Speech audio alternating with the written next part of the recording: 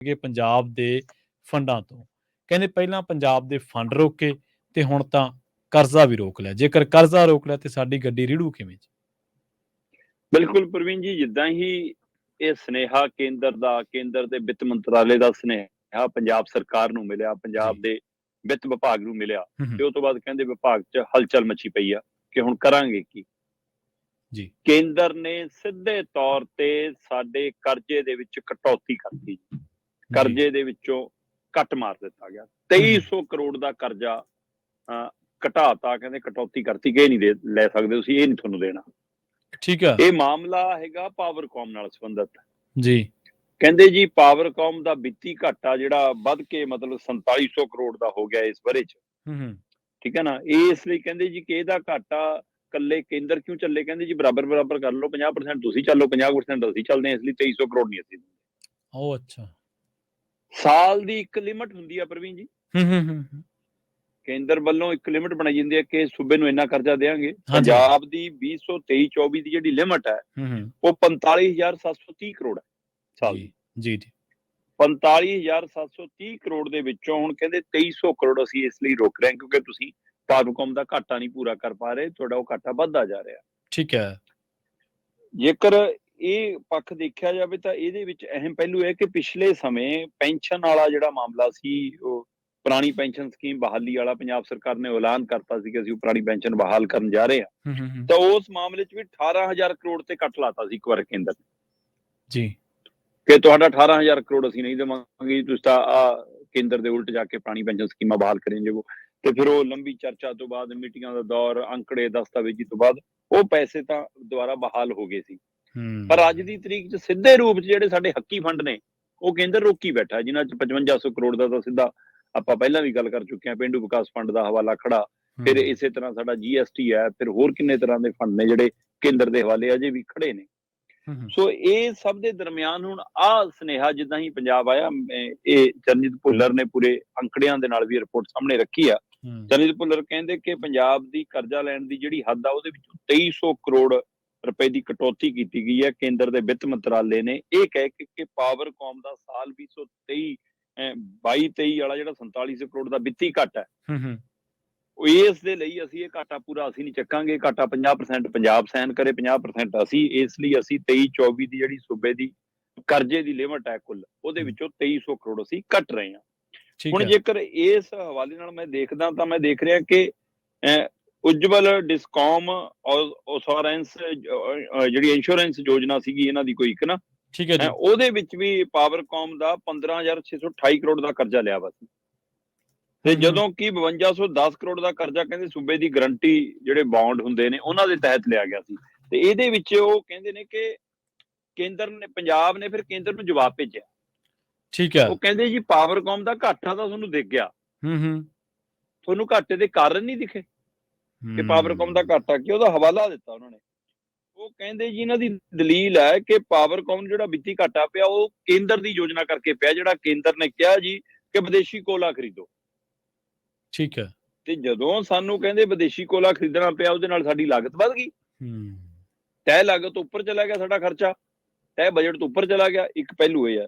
ਦੂਸਰਾ ਕਹਿੰਦੇ ਜੀ ਮਤਲਬ 3850 ਕਰੋੜ ਵਾਧੂ ਸਾਨੂੰ ਖਰਚਣਾ ਪੈ ਗਿਆ ਕੋਲਾ ਖਰੀਦਣ ਕਰਕੇ। ਦੂਸਰਾ ਉਹ ਕਹਿੰਦੇ ਜਿਹੜਾ 6ਵਾਂ ਪੇ ਕਮਿਸ਼ਨ ਕੇਂਦਰ ਨੇ ਲਾਗੂ ਕੀਤਾ, ਉਹਦੀਆਂ ਸਿਫਾਰਿਸ਼ਾਂ ਲਾਗੂ ਕਰਨ ਦੇ ਲਈ ਸਾਨੂੰ ਸਿੱਧਾ 1721 ਕਰੋੜ ਦਾ ਨਵਾਂ ਬੋਝ ਪੈ ਗਿਆ।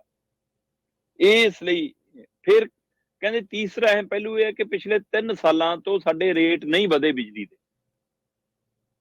ਹਾਂ, ਜਦੋਂ ਕਿ ਚੰਨੀ ਦੇ ਟਾਈਮ ਥੋੜੇ ਘਟੇ ਜ਼ਰੂਰ ਸੀ, ਕਹਿੰਦੇ ਵਧੇ ਨਹੀਂ। ਤੇ ਇਹ ਸਾਰੇ ਕਾਰਨ ਨੇ।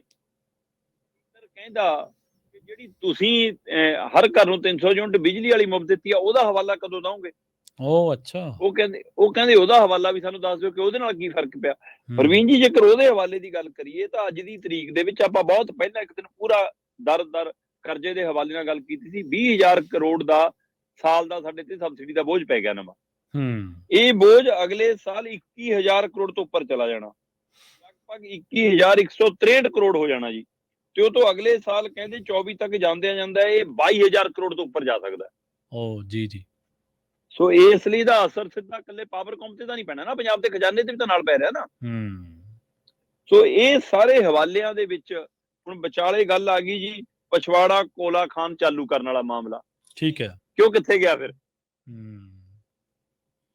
ਸਾਰੇ ਵਰਤਾਰੇ ਦੇ ਵਿੱਚ ਨੁਕਸਾਨ ਝੱਲਣਾ ਪੈਣਾ ਪੰਜਾਬ ਨੂੰ, ਕਿਉਂਕਿ ਕਰਜ਼ੇ ਦੇ ਸਿਰ ਤੇ ਚੱਲ ਰਹੇ ਸੂਬੇ ਨੂੰ ਜੇ ਕਰਜ਼ਾ ਵੀ ਮਿਲਣੋਂ ਬੰਦ ਹੋ ਗਿਆ, ਬਿਲਕੁਲ ਬਿਲਕੁਲ ਕਟੌਤੀ ਹੋਣ ਲੱਗੀ, ਤਾਂ ਫਿਰ ਅਹਿਮ ਤੌਰ ਤੇ ਕਿਉਂਕਿ GST ਸਮੇਂ ਸਿਰ ਨਾ ਆਉਣ ਕਰਕੇ ਕੁਝ ਖੜੋਤ ਆ ਰਹੀ ਹੈ, ਕੁਝ ਖੜੋਤ ਸਾਡਾ ਪੇਂਡੂ ਵਿਕਾਸ ਫੰਡ ਰੁਕਿਆ ਉਹਦੇ ਕਾਰਨ ਖੜੀ ਹੈ, ਕੁਝ ਹੋਰ ਅਹਿਮ ਫੰਡ ਨੇ, ਕੁਝ ਸਾਨੂੰ ਬਣਦੇ ਜਿਹੜੇ ਸਾਡੇ ਵਿੱਤੀ ਹੱਕ ਮਿਲਣੇ ਚਾਹੀਦੇ ਸੀ ਸਰਹੱਦੀ ਸੂਬੇ ਕਰਕੇ, ਉਹਨਾਂ ਸਥਿਤੀਆਂ ਕਰਕੇ, ਜਾਂ ਸਾਡੇ ਜਦੋਂ ਮੰਨ ਲਓ ਪਿਛਲੇ ਦਿਨੀ ਹੜ੍ਹ ਆਏ ਜਾਂ ਕੁਛ ਆਏ ਉਹਦੇ ਕਾਰਨ, ਉਹ ਵੀ ਕੁਝ ਜਿਹੀਆਂ ਸਪੈਸ਼ਲ ਗ੍ਰਾਂਟਾਂ ਜਾਂ ਸਪੈਸ਼ਲ ਫੰਡ ਕੇਂਦਰ ਨੇ ਜਾਰੀ ਨਹੀਂ ਕੀਤੇ।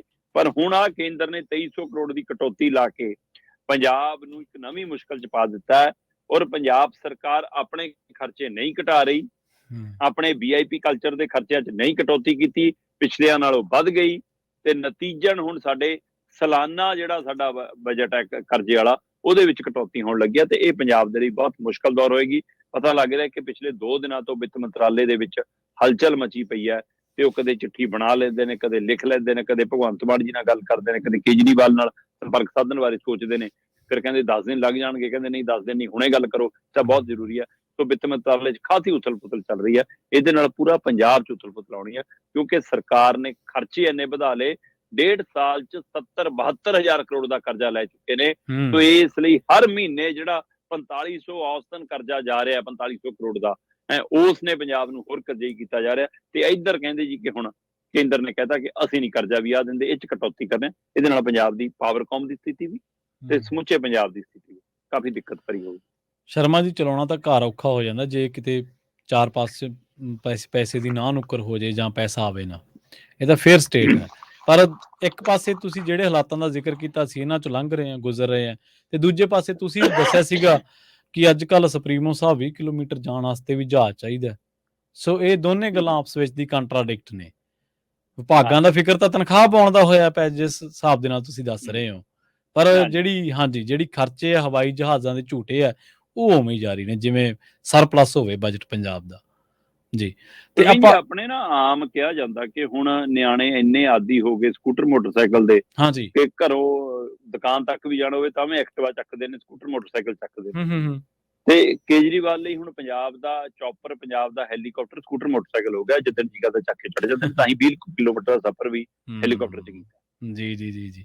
ਹੁਣ ਦੇ ਨਿਆਣੇ ਸ਼ਰਮਾ ਜੀ ਆਪਣੇ ਵਾਲਾ ਕੰਮ ਥੋੜਾ ਵੀ, ਸਾਈਕਲ ਵੀ ਨਹੀਂ ਮਿਲਦਾ ਸੀਗਾ, 11 ਨੰਬਰ ਜਿੰਦਾਬਾਦ, ਪੈਰਾਂ ਦੀ ਤੁਰਨਾ ਪੈਂਦਾ ਸੀ ਜੀ।